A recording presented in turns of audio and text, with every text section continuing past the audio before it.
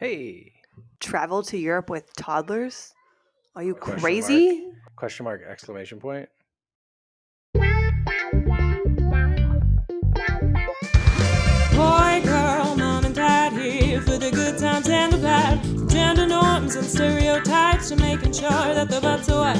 Boy, girl, mom and dad want grown-up time, you're going mad. It's a trip, but we'll guide you through with tips and tricks for boys and girls too.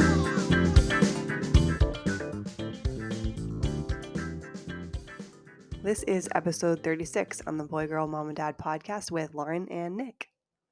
I'm not ever allowed to introduce myself again, am I? I've been cut off. This is the third episode you've done it in a row. I thought it sounded good. You don't think it sounds good? Well, I'm glad there was a committee and a discussion about it. Maybe I sent you an email that you haven't read yet. I don't know. We've been very busy. Very busy. Pretty much since we went to Europe last September, we've been like foot on the gas pedal. Yeah, true. Yeah. So today we are going to be talking about taking our twin toddlers to Europe with us last year. Before we get into that, let's do some episode maintenance. Last week, episode 35, we talked about potty training twins, and it was a really good episode in general for potty training. We do have twins, so that's our experience, but there's good information on there regardless of if you have twins or not. So check it out if you haven't yet. But I forgot to mention the hand washing song that our nanny uses. It's called it. She like puts the soap on their hand. She says like front and backs and in the cracks, like on your hands and fingers. And she goes, actually, I think it's front and back and in the crack, and don't forget your thumbs. I think that's what it is. Obviously, there's the A, B, C, D, E, F, G, like singing that song so you know you've washed your hands long enough. It's 4 years past COVID. I think we remember how to wash our hands, but who knows? No, you're assuming people have gotten better at it. I don't think so. I think people have gotten better at yelling at others about it. Maybe not washing their hands themselves. Yeah, probably. The other thing with potty training that I'm like, why did I forget that, is I wanted to talk about our hearth display. We have a hearth display. It's I wish I remembered how they describe it because I don't describe it well. It's a technical device that lives on the wall so it's hardware and software. Anyway, going to the bathroom with kids when they're learning is all about routines, and there are routines built into the hearth that make it really easy and fun for kids to check them off. So I should have discussed that in regard to like the routines that we have, because they do check off going to the bathroom every morning on it. Your hardest working member of the family. The high-powered digital calendar. Yeah. Found it. Thank you. Anyway, I'll put the link in the show notes for you to check it out. They have drops. I believe the link that I have gets you through without a drop, but I'm also not 100% sure. So I will get you the right link, but it's a game changer for sure. The other thing, one more thing with potty training, Nick and I are so done with bodily fluids. Besides potty training, we had like somewhat of a virus this week. One of us in our household did, that involved vomit, and then our sweet dog also had vomit and poop. So we've just been touching it a lot, and I'm over it. Yeah. So anyway, we talked about nighttime potty training last time, and actually after we recorded, I saw that Twiniversity, which is a great resource for twins if you're looking for more resources, they shared something that Alexis Granelli, who is, I forgot what she calls herself, but she's something of an expert when it comes to potty training. And she said, withholding one's pee during the night happens when one's body is ready for it to happen. So basically, no amount of pressure or convincing or even praise is going to make your child have a dry diaper in the morning until their body has figured out how to hold pee in. It is a good idea to cut off fluids about an hour before bed, but don't restrict it or be crazy. 1 in 6 kids between the ages of 3 and 12 experience bedwetting, and twice as many boys wet the bed than girls, apparently. After age 5, about 15% of kids continue to wet the bed, and by age 10, 95% of children are dry at night. So basically... Did you wet the bed? No. Did you? Probably, but I was not a chronic bedwetter. I mean, I can't say that I've never done it. That feels a little bit extreme, but I was not a bedwetter. Okay. But basically that it's a hormone thing of when your body is ready to do it, they'll do it. And also, when we were talking to Nanny Sarah about it, she said that she's known 4 and 5-year-olds who still need a diaper to poop, and then it literally just happens when it happens. So be patient. You've got this. Be strong. I Yeah. am strong. I am capable. Yeah. We really try to do affirmations with the twins, and we love hearing them repeat it, especially in like when times are hard. Just a little side note to dote on our nanny. And just speaking of our wonderful nanny, I could not do without her. Nick is leaving me all next week for work, and Yeah, on honestly, purpose. Doing it because it's funny. the thought of it is honestly terrifying, just because of how much work it is and like being so tired, with almost 2.5-year-old twins running around, especially right now. And luckily she's going to come over. She usually comes 3 days a week, 3 hours each day. So 9 hours each week, not a ton, but just enough to like to give me a little bit of a reprieve during the day. But also I just really appreciate her teaching style, and that she teaches things to the twins that I wouldn't necessarily think to do, or maybe I'm too tired to do. And one of the things I noticed is like we read a lot of books, and she reads with them too, but she does other things with them besides read the books. And like granted, I like reading the books and like in funny voices and things like that, but she'll like not read the words and be like, "Oh, let's pop the bubbles on these page. Pop, pop, pop." Or like, "Oh, let's eat the foods on this page." And I'm just, it's not that I didn't think to do that, but I didn't really think to do that. Because I'm like, yeah, you're asking to read, let's read it, you know? Yeah, I think aside from agreeing with the praise you're giving, like there is not a general expectation that your nanny teaches your kids things at all. So just the fact that that's happening is kind of great. Like in general, it may happen. Of course, they would learn from them, but like, I mean, we have letters of the day, we have like songs and like all, I feel like she's just incredibly intentional about being an Yeah, actual educational piece of the kids' lives in addition to watching them when we're not able to. I agree. And it's not a requirement usually, kind of to bounce off what you said, Nick, but I know like some people when they interview, they expect, maybe they Sure. don't necessarily expect to teach them the alphabet, but they expect like crafts and stuff like that. So people do definitely ask that in interviews. But I feel like she goes above and beyond with like the crafts and stuff she does. And she does have history of being a preschool teacher, so she has that under her belt too, but she's just really good with them. Yep. Yeah. She's great. Yeah. I believe it was episode 34 that we did with my sister, who is a therapist, on gentle parenting isn't what you think it is. And I found a video that the top half of the video doesn't matter, but I'll link it. Um, the main point is at the end of this video, it's a stitch. So it's a person replying to a video. Um, she says this is the first generation to see actual footage of where their childhood trauma began, because of like how much stuff parents put on the internet, whether it be with their kids or not. But there's a lot of video footage, picture footage. And I thought, wow, this is the first generation who will be able to see where their trauma began, or where their parents' trauma began, which also affects them. And I thought back to the book Worry Free Parenting by Sissy Goff, because in that she references how a lot of the parents in this day and age will say they're the first generation of healthy parenting, or healthiest parents, because they're really doing the work, going to therapy, like working on themselves. But I thought this is the flip side of that. That yes, I do think a lot of us are working on ourselves, but a lot of us, you can work on yourself and also put your own trauma on the internet. But I just thought that was really interesting. Is what they say, like, the internet doesn't die. Yeah, I mean, my nerd brain is thinking forward here. It's not just that it's documented, it's that they will be able to step into it and relive it. So, like with VR headsets right now, you can already step into videos from your past and like see them all around you. Uh, just think of that, like a memory you have that your parents posted on the internet, that whether it's traumatic for you or not only being able to watch it, but being able to be there again is kind of scary. But it's also like there's a lot of beautiful applications for it as well. Like I could see that being a powerful tool to use for therapy. I could see that, being a way for you to look back and validate your own understanding of what actually happened to you with actual video evidence. So yeah, good and bad, but you're right. It's very interesting to think about. Well, and like that is a form of therapy of like, especially if it was traumatic, if you have the video or whatever, like to face it head on so you can get past Yeah. it.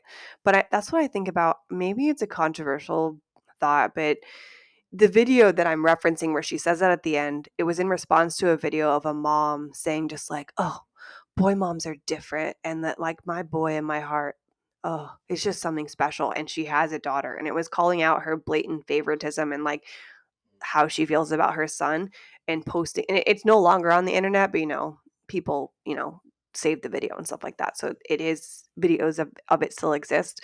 But Yeah. just like feeling that way is one thing, and then posting on the internet, which then like your daughter will see one day. Like I have a problem, not a problem with people, but y- you posting things. I'm like, is that gonna make them feel good to know? Like, I don't know that you didn't want a son or you didn't want a daughter, or the trend right now with posting hard situations of like the child, not wanting to go in the car seat or not wanting to be in your arms and walk away to the Trace Adkins songs of You're Gonna Miss This. Like, it's funny, but I'm just like, I don't want to video that and or put that on the internet for my child that's gonna grow up and like see that online and like maybe they'll think it's funny, but I just think that's like a tender moment. It's the same reason I don't like it when people post like, and today my child is crying because I wouldn't let him eat sand and like posting the video of them, crying and having a meltdown.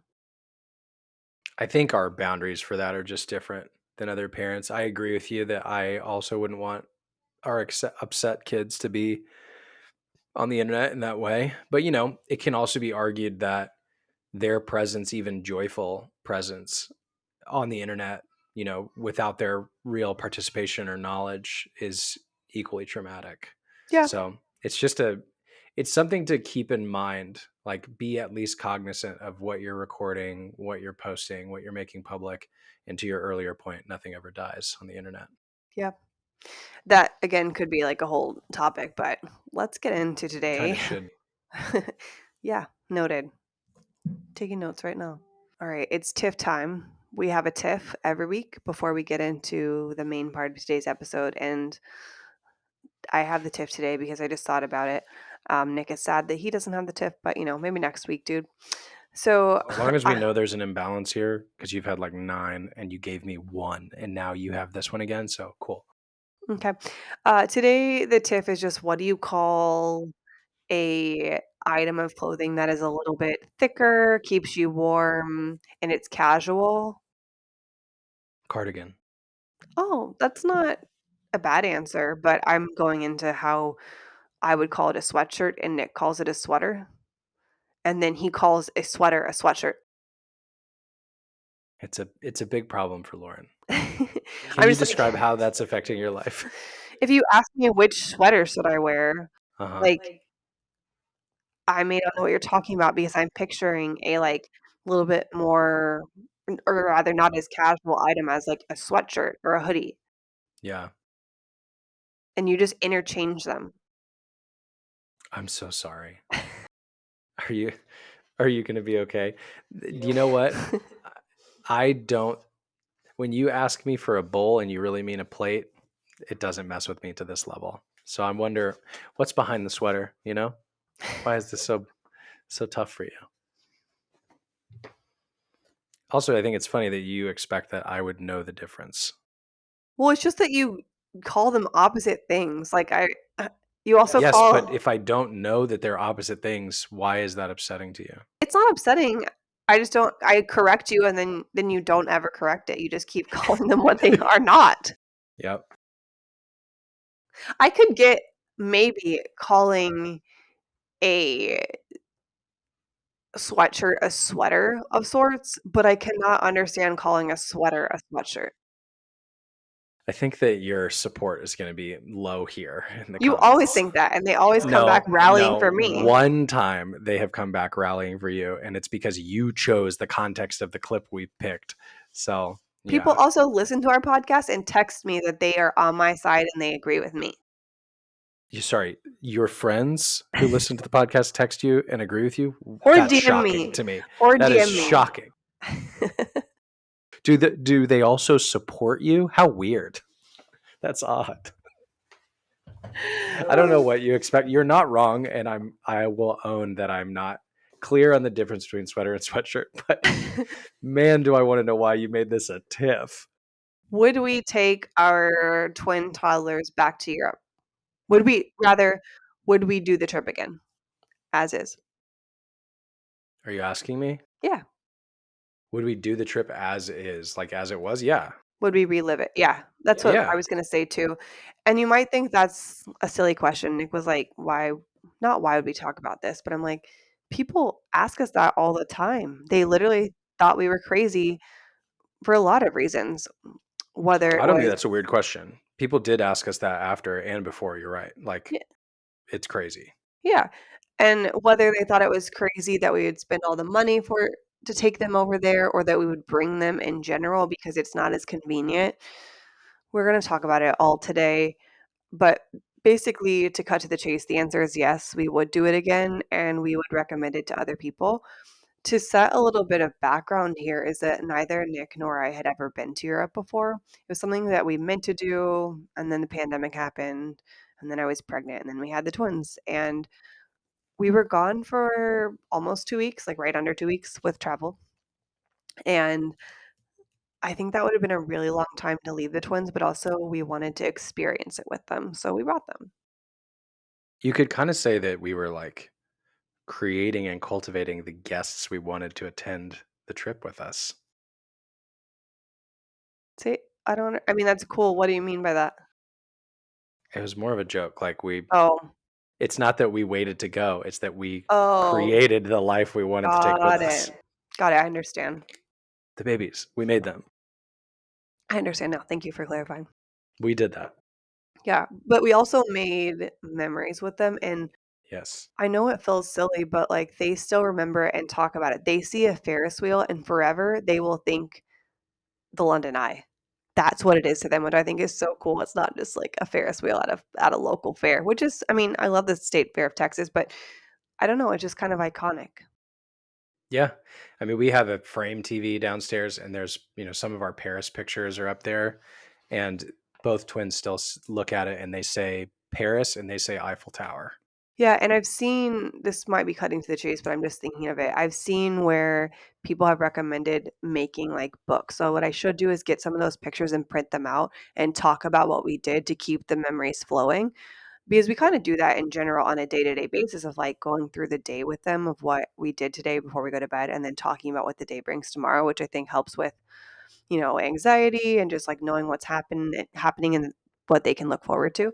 But we really Yeah. should make a book. But I also just need to print out pictures of them in general, which I know there's a lot of different options for that, like chat books and I think like maybe not Framebridge. I don't know, Artifacts Uprising maybe where you can print it out. But overall, we should do it. Not the subject of this podcast, but I don't think you should say I need to make a book. I think you should say I would love to make a book one day. I would love to make a book sooner than later. Oh, Don't add items to your everlasting to-do list and make yourself feel like you need to do it, like it's a compulsion. If I don't make a book about the vacation, I'm a bad mom. No. It's something I would like to do, but I would also like to finish their baby books, and I have not done that yet. But that's okay. I am spending time with them. I'm spending time There with we them. go. You brought it home. Yeah. Good job. So obviously, we recommend going to make memories because they're going to remember it. Keep talking about it with them. And honestly, it also helps. Traveling helps kids adapt. And so we started traveling with them as young as 2 months on a plane, and we did, like, 6 weeks in a road trip.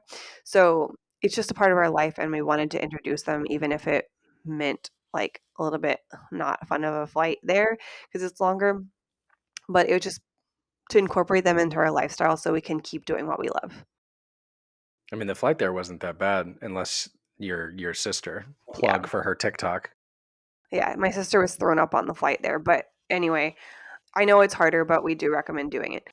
So getting there is kind of expensive, and we'll talk about the whole getting there piece, but once you get there, a lot of the kids stuff is free. Now, I don't know what age you're traveling with, but for sure under 2, are pretty much free or severely discounted at everything. Do you remember, Nick? I'm pretty sure that's what it was. Yeah, I mean, it was most kids. Like I think the age threshold was higher. The 2 year threshold was more for the airlines than it was anything Mhm. else. But like extra kids in the taxi wasn't more money. Like we had a few private cars because we had massive luggage just to and from hotels when we weren't taking taxis. Those didn't charge extra for kids. Restaurants didn't charge extra for kids. Even some of them brought free food for Yeah. the kids, which I've Yeah. never seen in the US. Get your crap together, United States. Um, yeah, and like all the museums, if you know, yeah, I'm getting ahead of us, but yeah, it was mostly free to have your children with you, and it was just expected that you would.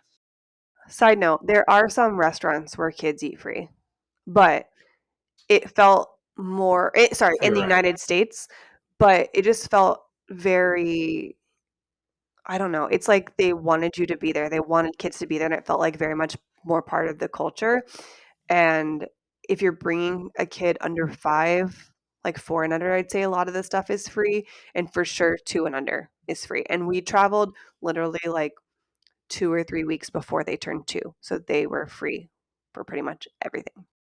Which was kind of intentional. Not that we wouldn't take them again now that they're older, but we definitely saved some money doing that. Yeah. And then, I mean, I just said it, but they literally prioritize families so much in Europe, and we went to London and Paris, and whether it be early entry and things, we had special lines that literally let you cut the line if you had kids with you. Um, Restaurants that are coming to mind are Dishoom. They were amazing with the twins, especially the So twins good. past their bedtime, and it's Also, the food delicious. was incredible. So good. And then Fortnum and Mason, the tea, I think it was like kids 4 and under were free. And like you're Yeah. paying like $75 for adults, I believe, but I thought it was well worth it. And I the mean, you get twins a were ton of obsessed. stuff. Yeah. Yeah. Yeah. And then I'm trying to think, we took a private boat in Paris and they were so good with the kids. So I don't know. I feel like it is kind of treacherous, feels dramatic, but it is kind of treacherous to get there. But go with a low bar and you're going to exceed it. You're going to go above it. It's going to be great. I don't mean to say you're wrong, but I think that treacherous probably isn't the right Dramatic. word. Yeah, like yeah, it's just difficult to travel with young kids, especially multiple of them, this distance. But there's probably other trips that are like more treacherous, like smaller boats or smaller planes or hikes or whatever.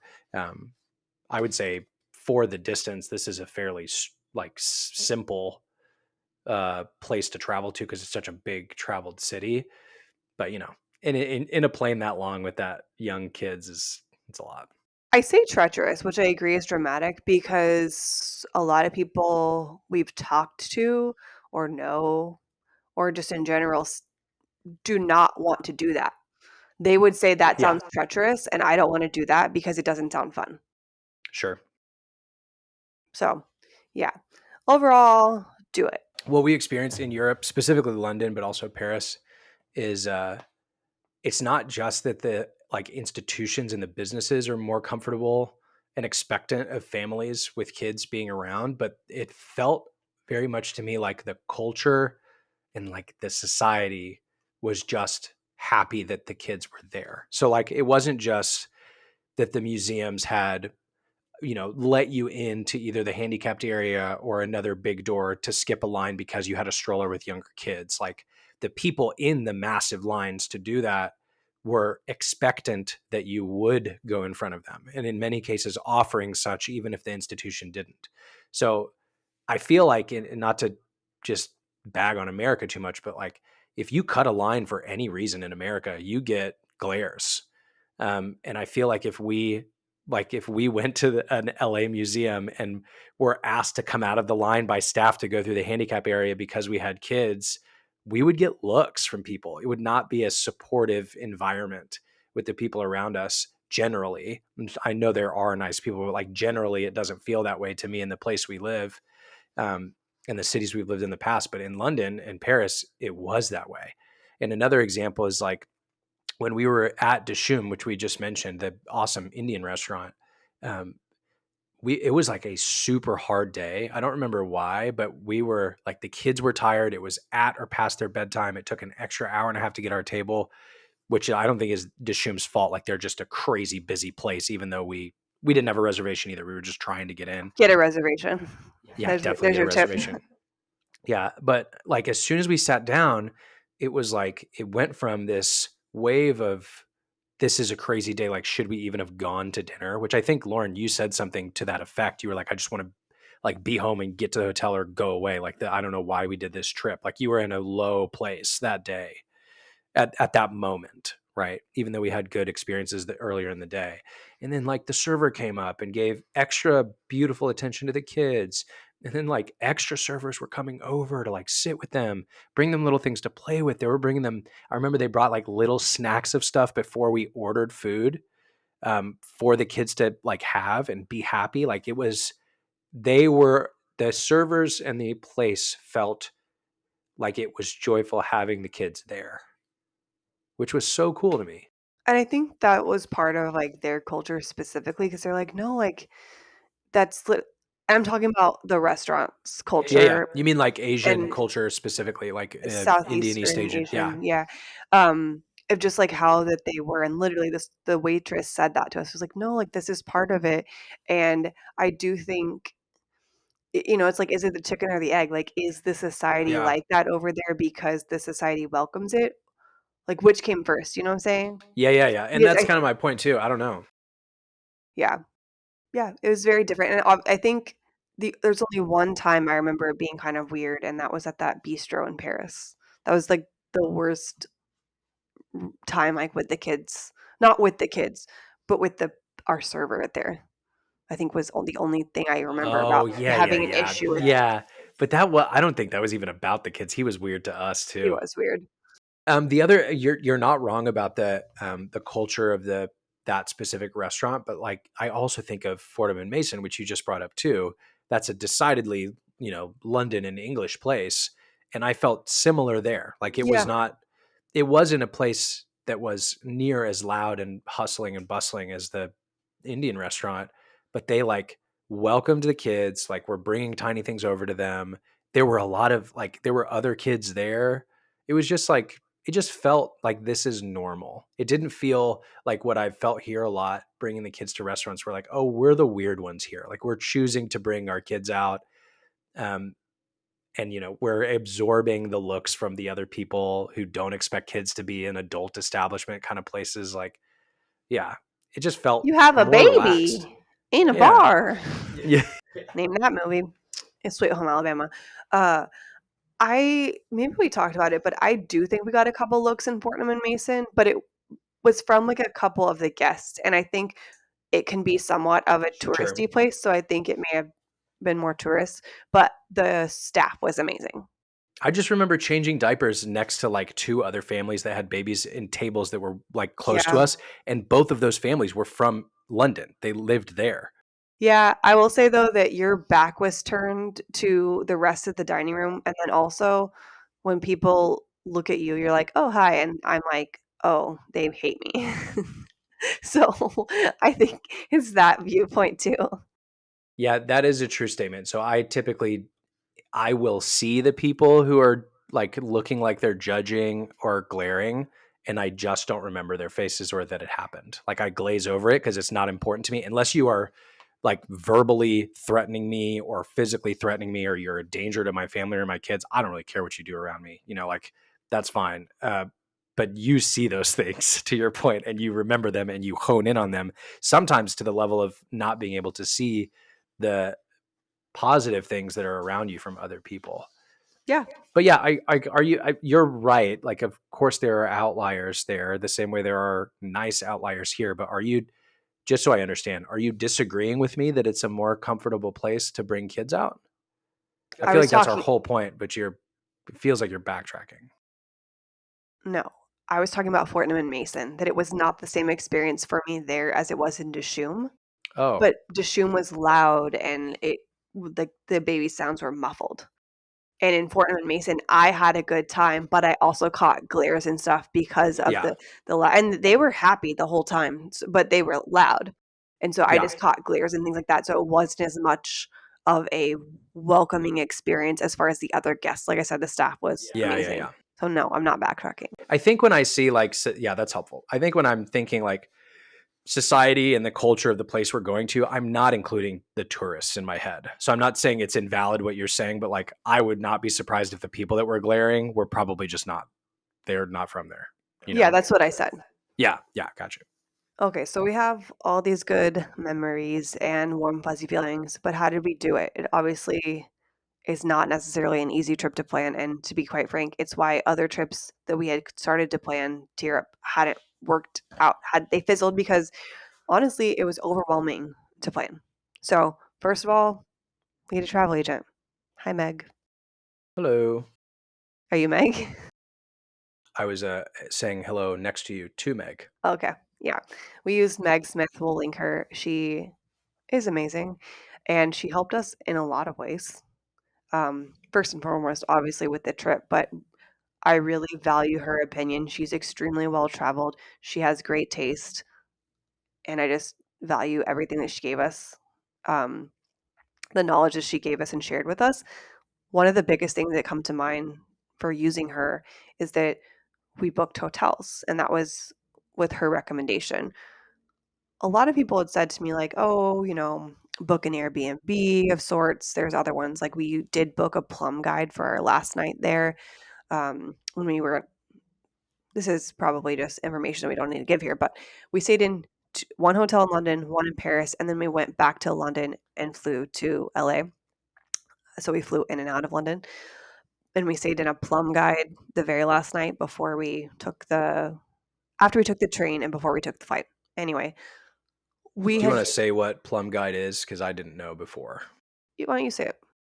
Plum Guide is it's basically an Airbnb with qualified places by Plum Guide. So they're not necessarily always nicer like they seem to be based on what I have searched, but it's more like they look into the place, tour the place, validate the amenities of the place. Like they're another step from Airbnb, and they have places all over. Limited availability compared to Airbnb, but they are in similar big cities.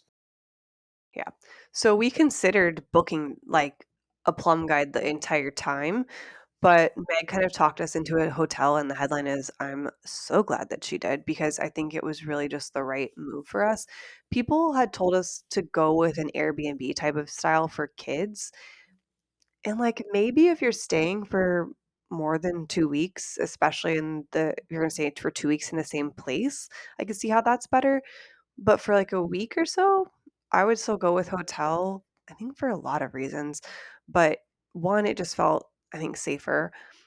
Two, when you book with her, you usually get, depending on the place, you usually get like a breakfast credit. And it was just so nice, specifically with kids, to come downstairs and have breakfast ready, eat there before we leave, not have to like trudge to breakfast. I don't know. That was a really good one. Usually their concierge can help you, especially if you're confused on directions. They can call cars. I don't know. There's just a lot of things. Yeah, I think the hotel amenities, like you're saying, were specifically good for us because of the kids. So I don't know, like in a vacuum, if they were older or we didn't have kids the next time we were traveling, I don't know what we would do because they're a little more expensive than doing an Airbnb option or a rented house or something. But you're right, like the amenities made it a lot easier, especially when you're like getting up early to go to a museum and just getting up and getting the kids ready is a task when you're not home, let alone having to prepare something, for them to Yeah. eat. Yeah. And so, two reasons people said to book a house over a hotel was for laundry and for food. And you can like prepare snacks and stuff like that in the fridge. But we packed our days. We really made the most of our time, and we wouldn't have been able like to hold snacks there, like go back for a Yeah. snack. We were really at the hotel, which is kind of sad because specifically in London, we were obsessed with our hotel and we want to stay there again. It was called the Kensington. It's Yeah. in Queen's End.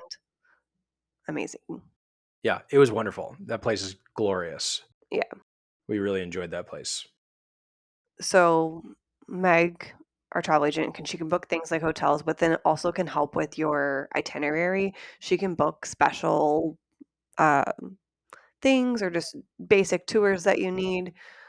She knows about things too. Like, she helped us with our photographer in Paris. She also like knew slash booked our boat in Paris, which was really special. One of our favorite moments. We took a private boat on the Seine. Um, yeah, I mean, it's just like she's doing your job of planning your trip for you essentially, and there's no fee to you. It's probably a good time to say, like, she doesn't know that we're talking about her, and she No, did not pay us. So no, we just really enjoyed having her help. yeah. We actually, to be totally transparent, we knew her when we lived in Dallas. She used to work with Nick, and then neither of them work for that company anymore, and then neither of them live in Dallas anymore. And so we knew she was amazing and just her personality that she'd be really great, and she delivered. Yeah. Another thing in prep, or do you have anything you want to talk about using a travel agent or Meg? You kind of mentioned like special things. I think I would say like special events or special experiences, just to be a little more specific. Like the boat tour is an example. There were plenty of boat tours that we could have booked, private and otherwise, along the Seine in Paris, but honestly, I'm not sure we would have been able to find one that was as magical as what No. she found. And it was a relationship of hers through what she does. So there are just so many cool benefits. And you mentioned the concierge already, babe, but I don't think we took like great advantage of the concierge, especially at the Kensington. Um, I know you already mentioned this, but just to go into a slightly more detail, like what I have seen since going to London is that just asking the concierge for types of experiences that you would like opens doors. So like it's not just they can get you maybe reservations at places that are fully booked, which we Yeah. should have checked on for Dishoom. Why didn't we think of that while we were there? Because that I was when we were at the Kensington. I do know why. It's because I thought they didn't take reservations, so it was a mistake on my research part. But This is the thing, like the yeah, pattern we were in of, oh, we couldn't do it, so they probably can't either. That's wrong, right? So another example is I've read of people specifically in London who they just asked the right concierge, hey, we'd really like to see this exhibit. There's no tickets left. And they like got in contact with the museum. And then all of a sudden there's a private tour where the doors are unlocked for only you and your family at no extra cost to you. In some cases, they just do that for hotel guests without charging. So like, use your concierge when you're specifically at a boutique place like that. It's just a benefit. I don't think we turned up to level 10. I would definitely change that next time. yeah. It's not unique, but it feels really special. But we mailed postcards to our family, and all we had to do was hand them to the Kensington concierge, and without even a stamp, and they took care of it all for us. Yeah, Which is, which we were hilariously surprised by, but it's just such a simple request. yeah, yeah. It's not unusual for a hotel to do that, but it just felt really special in the moment. Mm-hmm. Yeah, It's also just cool that they're actually coming from that hotel too that we stayed at, yeah, as opposed to just like somewhere in London. yeah, and not to discuss poorly of other hotels, but we have been to other hotels where we asked them to do something similar, and it was like, "We can't do this," or like, "We won't do this," or like it yeah. I'm just saying it's a really simple task, and it really made us smile. Yeah. Okay, so one of the other things that we prepped about before going on this trip was prepping our kids, and so we talked about it a lot with them. We got them excited. One of the things we did was buy them books for London and Paris just to talk to them about it, so when we got there, they were like, "Oh, the London Eye," or "The Eiffel Tower," or "There's the Gherkin," and actually have them behind me. Oh yeah. These are the books I bought. I actually ordered several and then looked through them and kept my favorite, and returned the rest. But this is the All Aboard series for Paris and London, and they still like to read them and they enjoy them. And I don't know, it's just really fun and a fun way to, I don't know, prepare them. And I will say that my toxic trait is that I think books aren't part of the budget. And then I'm just like, well, they're books. I'm not buying clothes. Like, this is good, enriching content for our children. Books don't count. Girl math. So in your head, you don't think of clothes the same way? Just asking based on the number of packages that come to this house. Some of those are gifted to me, sir. Uh-huh. I think it would be cool if we could get like I don't know how hard this is to do, but like maybe if somebody could publish like a twin specific book for really cool big cities, Do you know anybody who could do that? Maybe that's already done it a little I bit don't know. and already wants to make other versions. And That's a really good point. thank you. Yeah. I I wonder if that person has a lot of time on their hands. Oh, good. I wonder if they give excuses when cool ideas are coming their way. Oh, that hurt. Well, That hurt. I'm not saying you're bad for not doing it. You're hearing the negative. Why can't it just be, oh, what a cool idea? I don't know. I think the giving excuses part hurt my feelings. I'm not making excuses. I'm just busy. What he's talking about is It Takes Two, a special book for twins, and I've been prioritizing, whether on purpose or not, taking care of our twins, and I have not had time to even finish the next version of this book that I'm working on. But I appreciate your ideas, and please keep them coming. What he's talking about is my book, It Takes Two, a special book for twins. I wrote it because I saw a gap in the market, and I'm hoping to fill it and be the #1 giftable twin book. It's available on Amazon.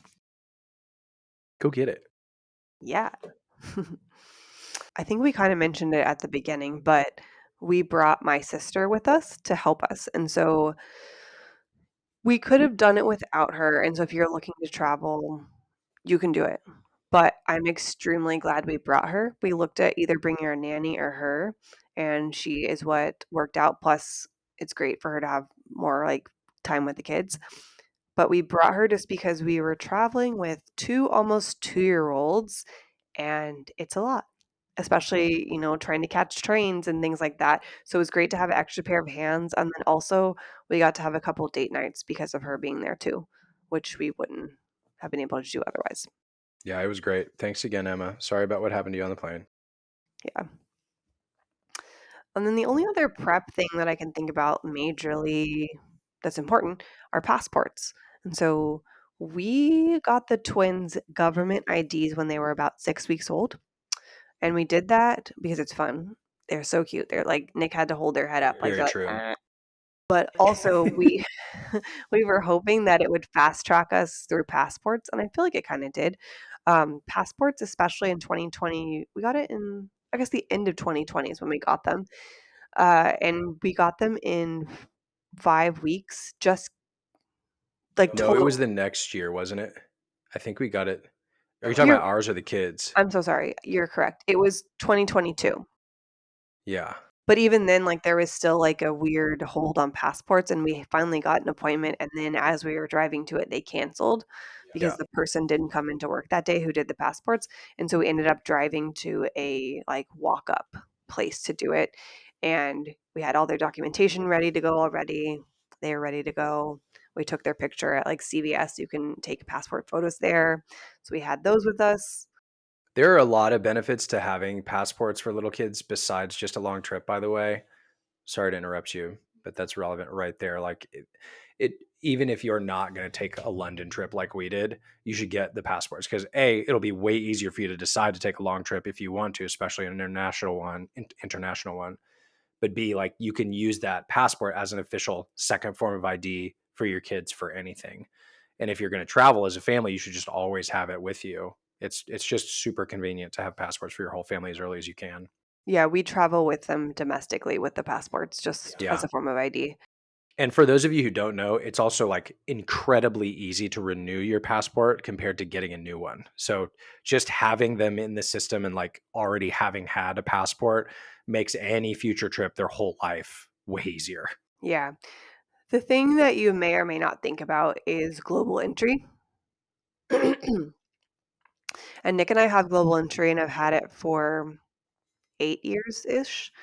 But global entry is funny in that each person has to have global entry. And I say that because kids up to 17, 12, something like that are allowed to use your TSA pre-check. They don't have to have their own for that. But for global entry, they do have to have their own. And it's kind of funny, like getting an almost 2-year-old global entry because they have to go in and like have their interview, but they're a kid.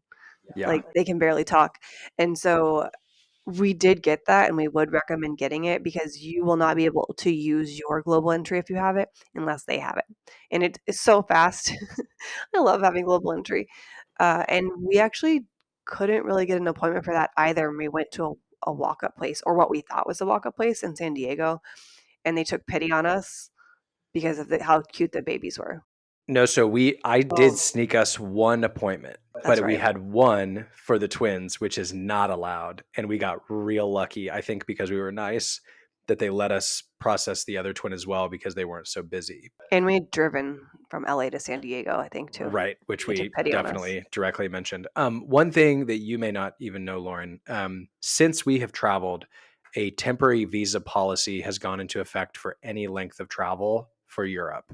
So, with respect to planning and your checklist, similar to a passport and global entry, you need to record on their website. I'm not familiar with how to do this yet, but search like the temporary visa process for Europe. You have to register and get an ID, and then the ID has to be associated with your trip. Like they will turn you away from boarding the plane if you don't have this.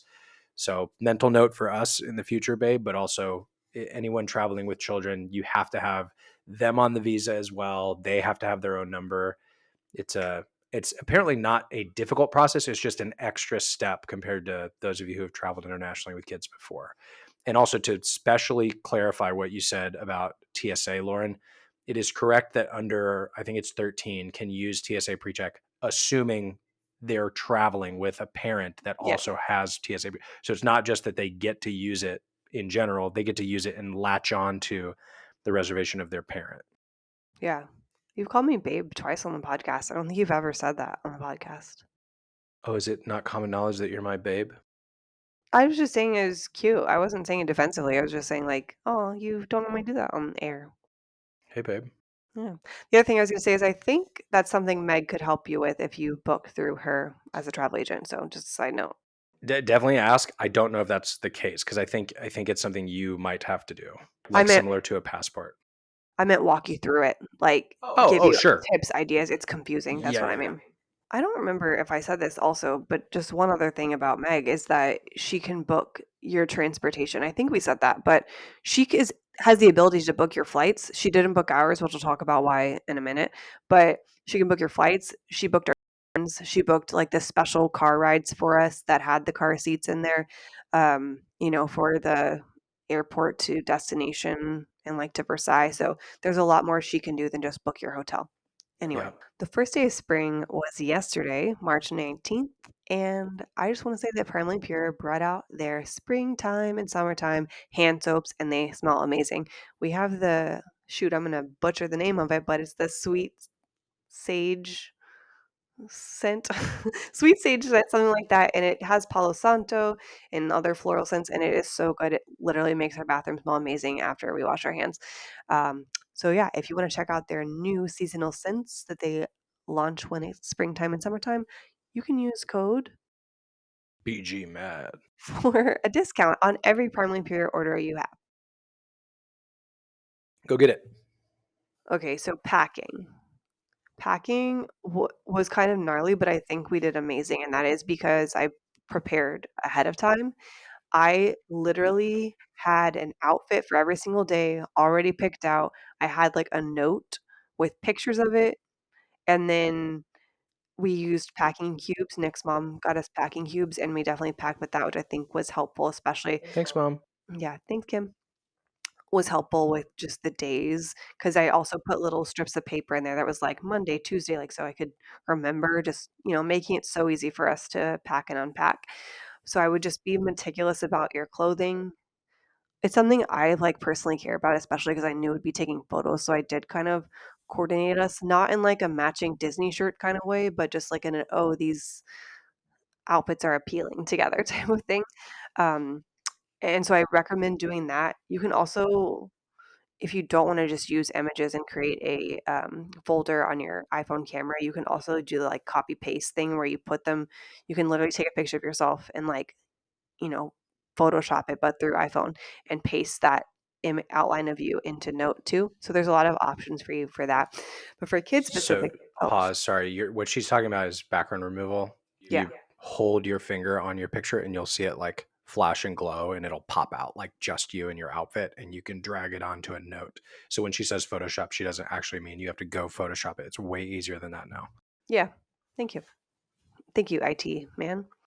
Me. But what really made the twins packing easy is that I used that viral shoe rack hack where you buy the over the door hanger shoe rack and that's what you put all their clothes in. And so there was just enough for me to do like all of their outfits and then I shoved extra pajamas in other ones. But you literally put an outfit a day in the shoe thing. So it's just like ready to go. And then you can even bring the hooks with you and put it over the top of the door and just make it super easy. And you don't even have to unpack those. It folds right over and goes into your suitcase. One thing I would recommend on that is to either make sure that you have strong hooks or bring stronger hooks, because the clothes we packed in there definitely were heavier than whatever shoes they planned on being in that rack, and they kind of bent the hooks. So it worked out. It was definitely great for planning, but it would have been nicer to have stronger hooks to hang on those doors. Yeah.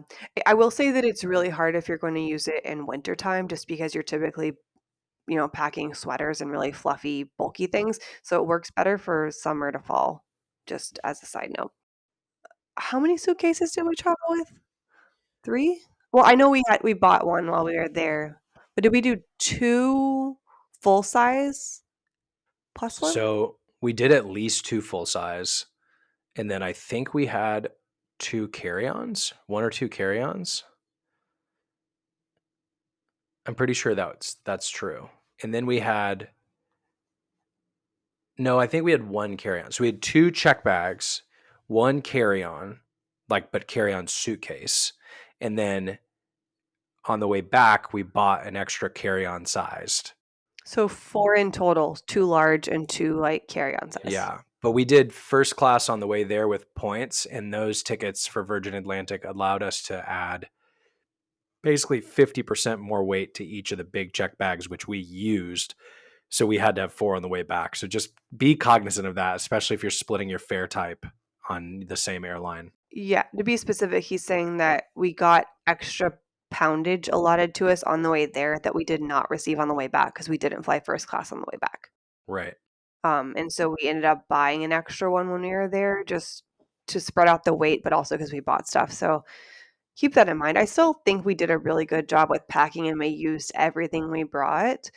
So that was like 4 total suitcases, and then we each brought a backpack, and then the twins each had a backpack, and then I think you and I both each had like a tote of some sort. Like I brought the MZ Wallace tote that could wad up, or maybe I just had that.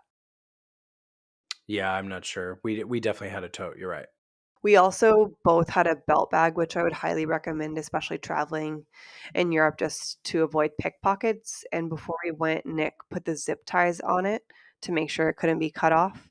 I will say when you do that, try to put the zip tie like thing that you thread it through and cut, put that away from your clothes because I had a couple pieces that it kind of like rubbed on it and pulled. But if you just face it away when you do it, it'll be fine. So it's kind of a double-edged sword, unfortunately, because it's either right in front of your chest where you're holding your kids and they complain that it's scratching them, or it's on your clothes and tearing your clothes. So you're right, but I don't know if there's a way to get it like in between the front and the back, because there's a problem on both sides. Remember, like if we picked them up, they were saying "ow, ow," and it like scratched their arms if it's facing outward. Yeah, I'm just trying to remember because I thought it was on my back, but I know what you're saying. It's For right me, it here. was on my front, so maybe it was different for you. And maybe that's an easy way to fix that, is putting it Yeah, on your back. just But to note.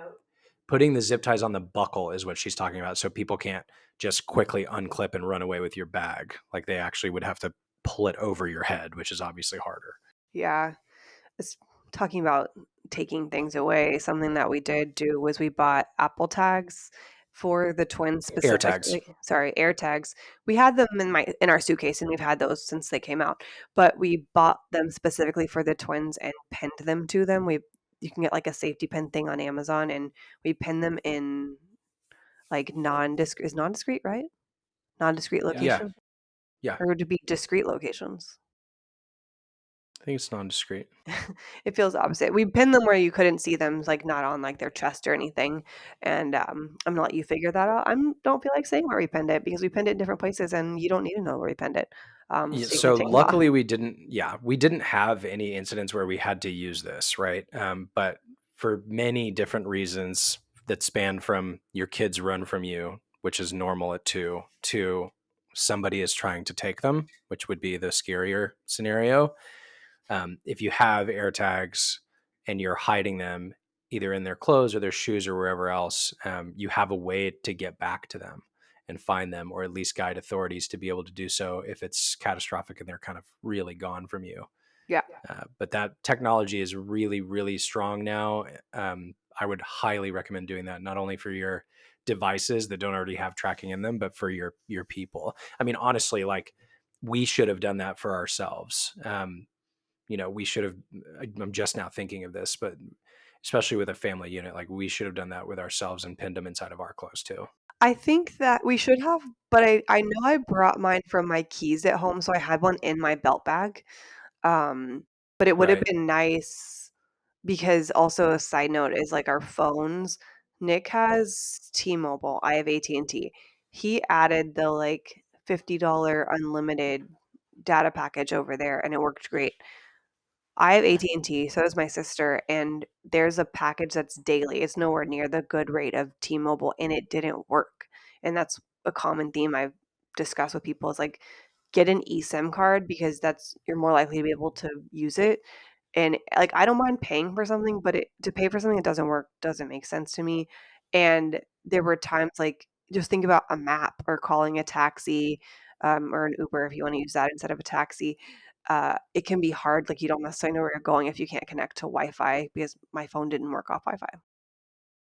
Yeah, there are a few different apps that you can download now to get eSIMs really quickly. The most popular one is Arlo. We did not try it while we were over there because, as Lauren stated, my T-Mobile connection was fine, and it was like a $50 data pass for 3 weeks, which was great. And we didn't get close to the data until right at the end of the trip. But with most of the newer phones, like I think 13 and up for iPhone, and then Android's been doing this for a little while, you can download an eSIM from an app. So instead of buying a physical SIM card, you can download the ID after paying for it, which can be anywhere from $5 to $50, depending on how long you want to use it and how much data you need. And then right then, your phone is able to connect to a different network than it normally would. And you can use these in addition to whatever cellular plan you already have for the States or wherever home is for you. So definitely do that. I would like to test that, honestly, for you, Lauren, the next time we go. Oh, dang it. Does that mean we have to go back to test that? Yeah, don't you worry about my saved search tabs. I always have open on my computer. I will say with that, just a note, like, I would bring, like, a portable battery. You probably already thinking about this, but we have, like, I used a cordless one to where it's a fast charger and you charge it, but then it just, like, plugs right into your phone versus having to connect, and it's really Yeah. lightweight. I would bring adapters for the walls, like, for your chargers, for your hairdryer if you bring one, or a curling iron, something like that. I'm trying to think other logistically things. I have a blog post done for, like, our London travel guide where I kind of mention all these things in very specific ways. I'm going to finish the Paris one, but I'll link that in the show notes for you just because it does go really into detail. Yeah. On that note, what I'm going to do next time, instead of having the big chunky battery, is to buy the one that will snap onto the back of your phone magnetically and just stay there. Especially because if we're using belt bags or bags already, like, you don't have to worry about having a slightly thicker phone because you're not putting it in your pocket, you're putting it in the bag. So that would probably have been a more efficient way for us to use it. Also, definitely avoid the solar technology, the solar charging batteries right now. I've noticed this when we were out on the trip because the one I had was big, chunky, and solar. But there's a bunch of problems with most of the solar ones that are out on the market right now, and they can physically blow up. So I'm happy it didn't happen to us.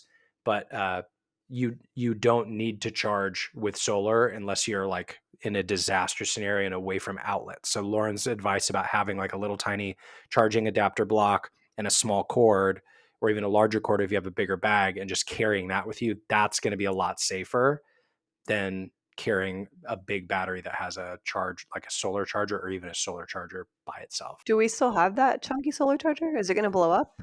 I need to throw it away. So the blow up part is, like, there's a bunch of different ways to do it, but basically if it's packed, tightly packed, and can heat up, it is at risk of catching fire, essentially. Mm. So, yeah. The only other packing thing I can think of specifically is that, yes, we did bring a stroller. We brought the Zoe twin stroller, which actually I have a discount code. It's through a link, but I'll put it in the show notes for you. If you want to use it, we would recommend get the all-terrain wheels. They've actually recently launched a new one that I think comes with the all-terrain wheels. We have the Yep. old one and just added the all-terrain wheels. It fit through basically every place except I will say the Churchill War Rooms. Don't even bother bringing a stroller down there. They will not fit through the old doors. But Yeah. everywhere else, I feel like we didn't have a problem with that. And it's a side-by-side stroller. It can lean back for naps. Great. Yeah, I think we got lucky that we only ran into that problem in one place at the Churchill War Rooms. I think the lesson learned there for me, and maybe for you guys to take home as listeners, is just because people at the front say, "Hey, your stroller can fit and it's fine if you bring it," doesn't mean they know. They might just be trained to say it. Not that they're trying to hurt you or inconvenience you, of course, but like the guys at the front who probably didn't have kids and have never pushed big strollers, they know that strollers are allowed. So I'm sure when I asked them, they said, yeah, no problem. And then I didn't know it was so thin in a lot of the doorways until I was halfway in. So if you're able to try and validate yourself, like ask and then say, hey, do you mind if I step in for a second and make sure? Like nobody's going to care if you do that. And I would be surprised if they didn't let you in, but I would validate first. Also, the stroller that Lauren mentioned that's in her blog post as well is definitely the better one to travel with. But a lot of the streets we were on that had like cobblestone-ish, this is more of a problem in Paris than it was in London.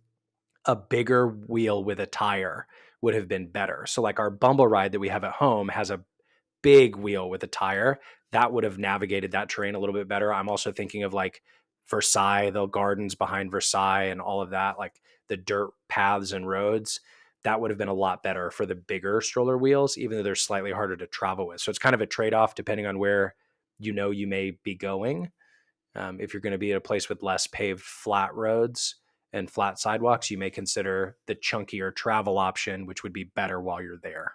Yeah, I think what sets it apart is the Zoe is 19 pounds, and a lot of airlines Right. have like a 20-pound, or not a lot. Some of the airlines have a under 20-pound requirement for travel strollers. I think that it just gets a bit clunky to travel around too because you have to think about Yeah. specifically in Paris, like the lift is very small and you may not be able to fit in type of thing. So I don't Yeah. know that I would bring the Bumble ride, even though we're obsessed with our Bumble ride. It's so good.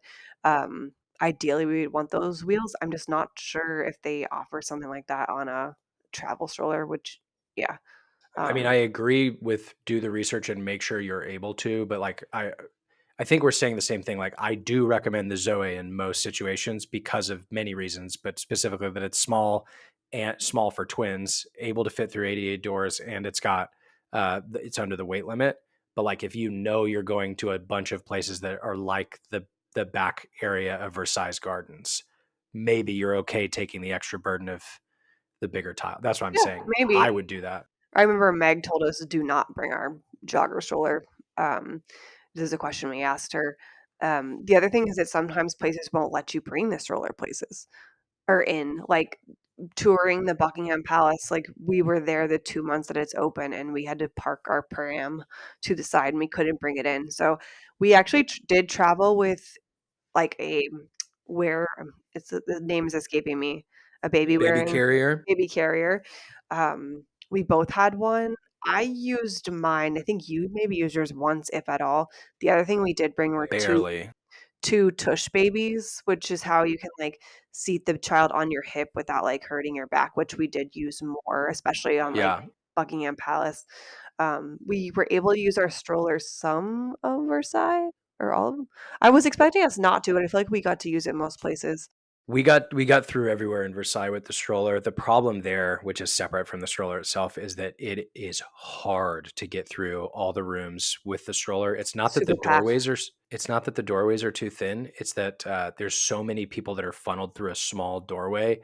Even though your stroller can fit through, the people are kind of like by the nature of the design of how they're flowing people through, they're all going to be right next to your stroller at the same time, and some of them are a bit aggressive as tourists. So just pay attention when you're pushing your stroller through there. I'm still happy we had our stroller in there, but it was also some of my most stressful moments that day because people were just bumping into the kids while they were napping and not really paying attention. On that note, diaper bag. We brought their diaper bag, but it was to use on the plane. That's kinda what we did for the baby carriers. It was supposed to be for the plane because 'cause we're like, "Do we strap them on us while we're sleeping?" I don't know. Uh, but I liked what we did with our diaper bag. We brought it and, like, obviously had it on the plane and the train, but going out into the city and places, we literally just threw stuff in the bottom of the stroller. They also have little zipper things you can put on the sides, like, for diapers and stuff, but we literally got, like, a plastic bag or something like that, and that's what we put our diapers for the day in, that's what we put our snacks in, and I really like that because the diaper bag we have, I love. It's the Dagny Dover extra large, like, indie backpack, but, like, it doesn't really fit under the stroller storage, and then also I didn't want a bag to call attention to or to get stolen or pickpocketed or whatever, and so we just used a plastic bag most days, and it worked great. It was just, like, diapers and snacks, here we go, and wipes. Yep. Yeah. Can you remind me? I was going to ask you this. Do you remember what we did for diapers? Like, did we bring all the diapers, or did we bring enough for the trip, like the initial part of the actual traveling part of the trip, and then buy them when we were there? We brought some diapers, but bought the most of them there. That was the first time we had done that. Every other trip we've ever taken, we have basically brought enough or shipped some or just purchased at the store.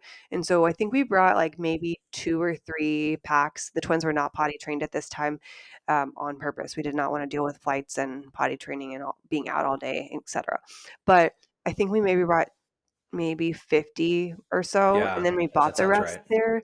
um, I never found, and I linked this in the London blog post for sure. I never found the diapers that I really loved in Paris, but there was, like, an organic nappy brand that we bought at Whole Foods in London. I really liked that. I also detail, like, our favorite snacks or the twins' favorite snacks to buy. There was one called Suckies, but no, to answer your question, we brought some diapers and wipes, but bought diapers and wipes when we were there. Yeah. And I'm just thinking about that. We didn't do this, but like if you are worried about whether you'll have enough space for gifts and toys, or gifts and clothes you buy and stuff on the way back, maybe pack enough diapers that you need, because diaper packs are light compared to clothes.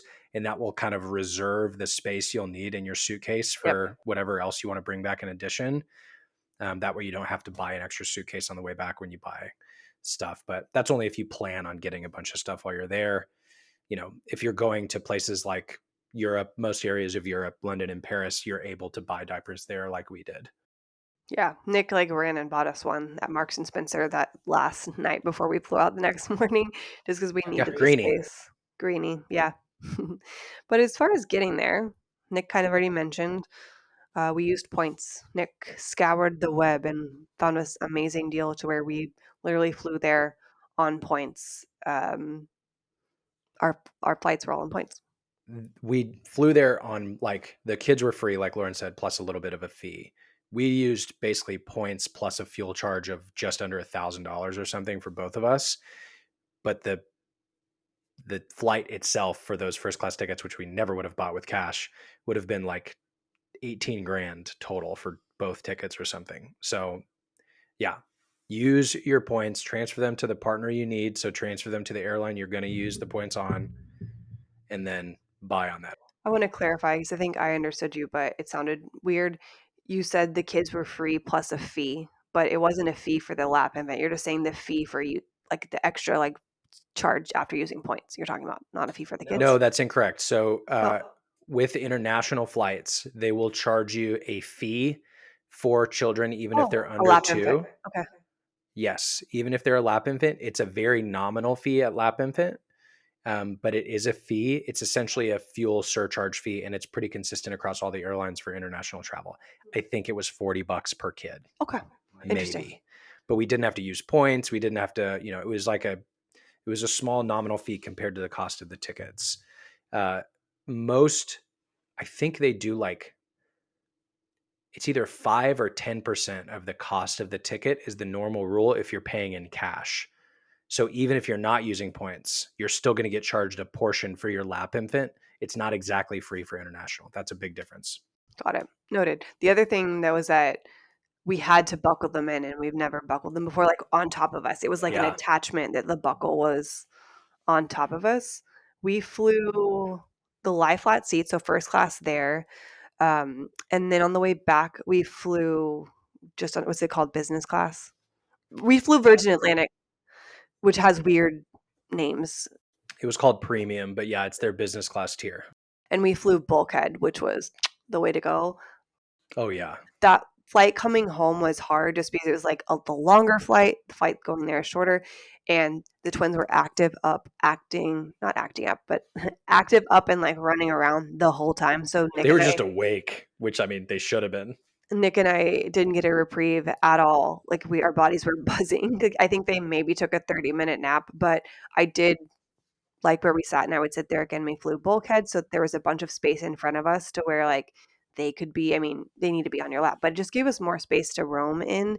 If you are flying with a child who's smaller, like under a year, you can also fly bulkhead and get the bassinet, and they can sleep there.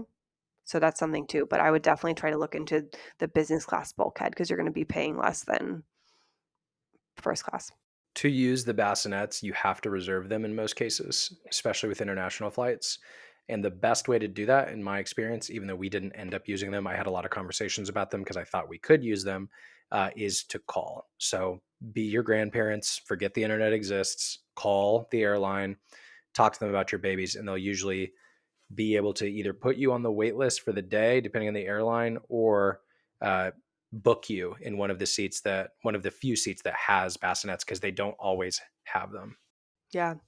And I also have this, I can link it. It's just like how we flew with them. We did buy iPads ahead of time that like we use, but and like, we don't use it, or they don't use it rather, like when we're home. But it was more like we want to have an iPad for a 10-hour flight. And so we bought those, but we also bought like new toys that they just hadn't seen. So I have a whole list of like what we flew with, and they actually liked those toys better than the iPads. Go figure. Um, so I would just recommend that for sure. Yeah. I don't know if I have any other points on this. I mean, I could talk about it all day, as I'm sure you could too, but I think there's other detail stuff that like will become other episodes, to be honest. But like the question of would we do it again?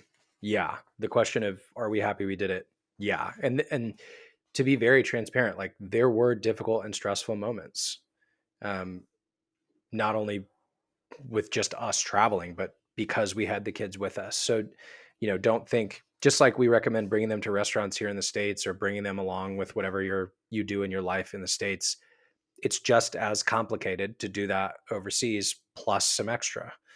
So just be ready for that. But it still is a big blessing to bring them along. It was a lot of fun to have them there and they loved it.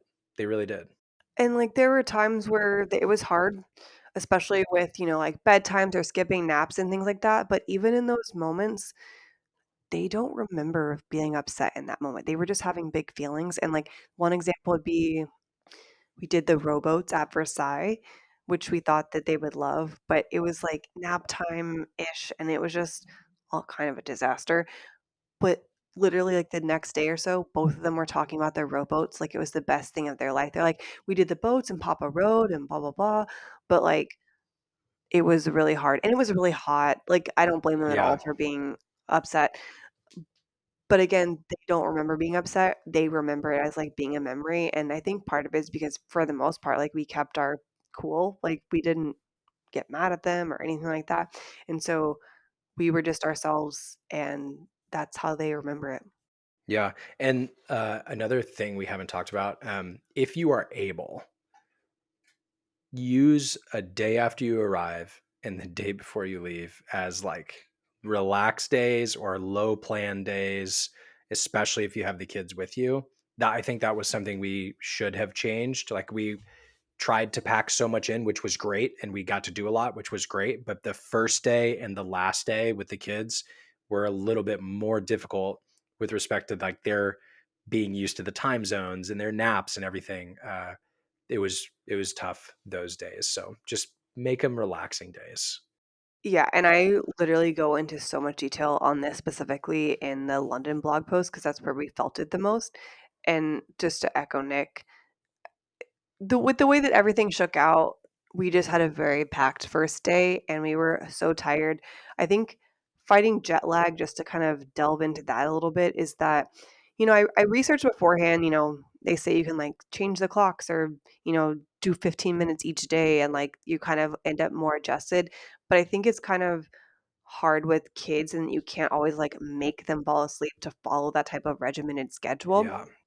And so I've read things and just basically to go to sleep as late as you can that first night you get there.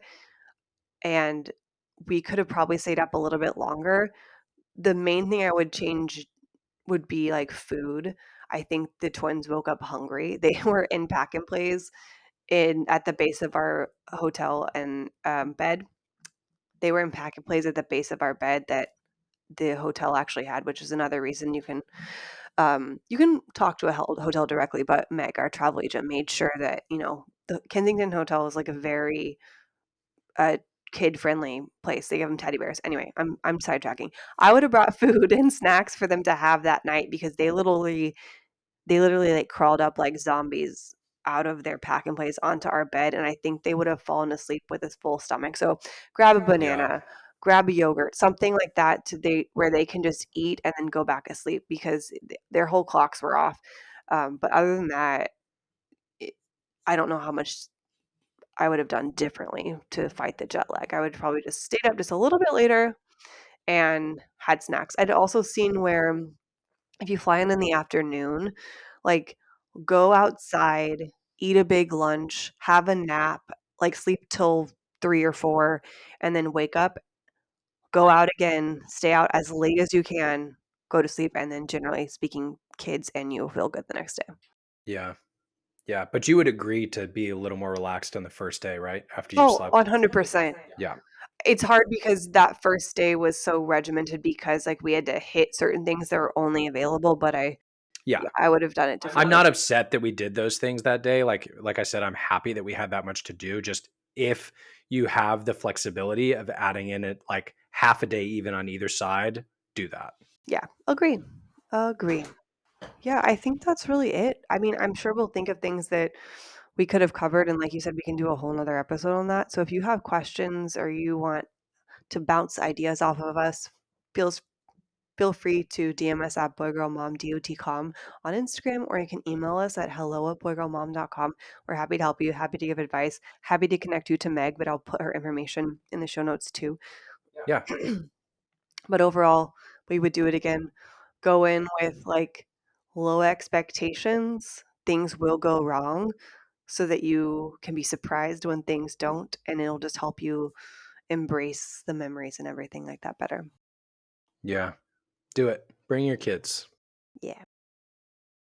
Oh, I also feel like just as a side note, having a more lazy first day would have, I think, caused us to bicker less. And my poor sister, because I know we were at each other's throats that first day because we were so tired and we literally did so much that first day. But yeah, sorry about that. Well, Emma. it was the first day and the last day.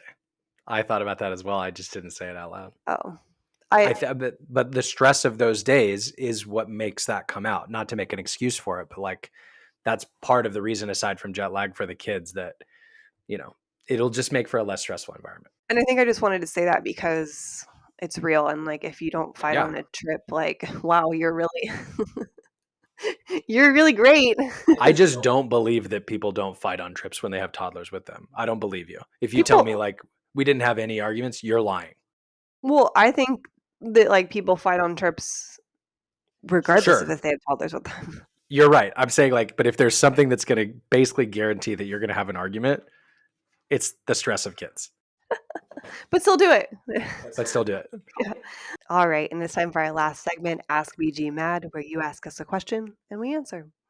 Today's question was about Easter. Easter's coming up at the end of the month. It's March 31st this year, and we were asked like what are our favorite Easter books. And so I'd love to talk about that because we love Easter. Let me see. I have some behind me. We have Easter is coming. That's a really beautiful one, a good one. I don't know if you can see them on the camera. This is Easter Blessings, the Bernstein Bears. My parents just got that for them. We have God Gave Us Easter. My First Easter is over there. God Bless Our Easter. And then this year, we haven't given to them yet. I got them like a Fancy Nancy, the Missing Easter Egg, and then Construction Site Spring Bright, something like that. It's the spring version of that. I'll put them all in the show notes. Lots of good stuff. We're pro books. They don't count against money. Do they? Yeah. Anyway, yeah. Next week, we're going to have a special guest, actually 2 special guests. And so please come back and tune in for that. We can't wait to see you. Yeah. Thanks for growing with us. Bye. Oh, you didn't have a headphone on to hear that. I'm sorry about that. Say this again. I said boy, girl, mom, and dad, and I was singing the song, but you didn't hear it in your headphone. Say it again. Boy, girl, mom, and dad, here's to the good times and the bad. Gender norms and stereotypes. There we go. Boy, girl, mom, and dad. Gotta wash those butts together. It's a trip, but we'll guide you through with tips and tricks for boys and girls too.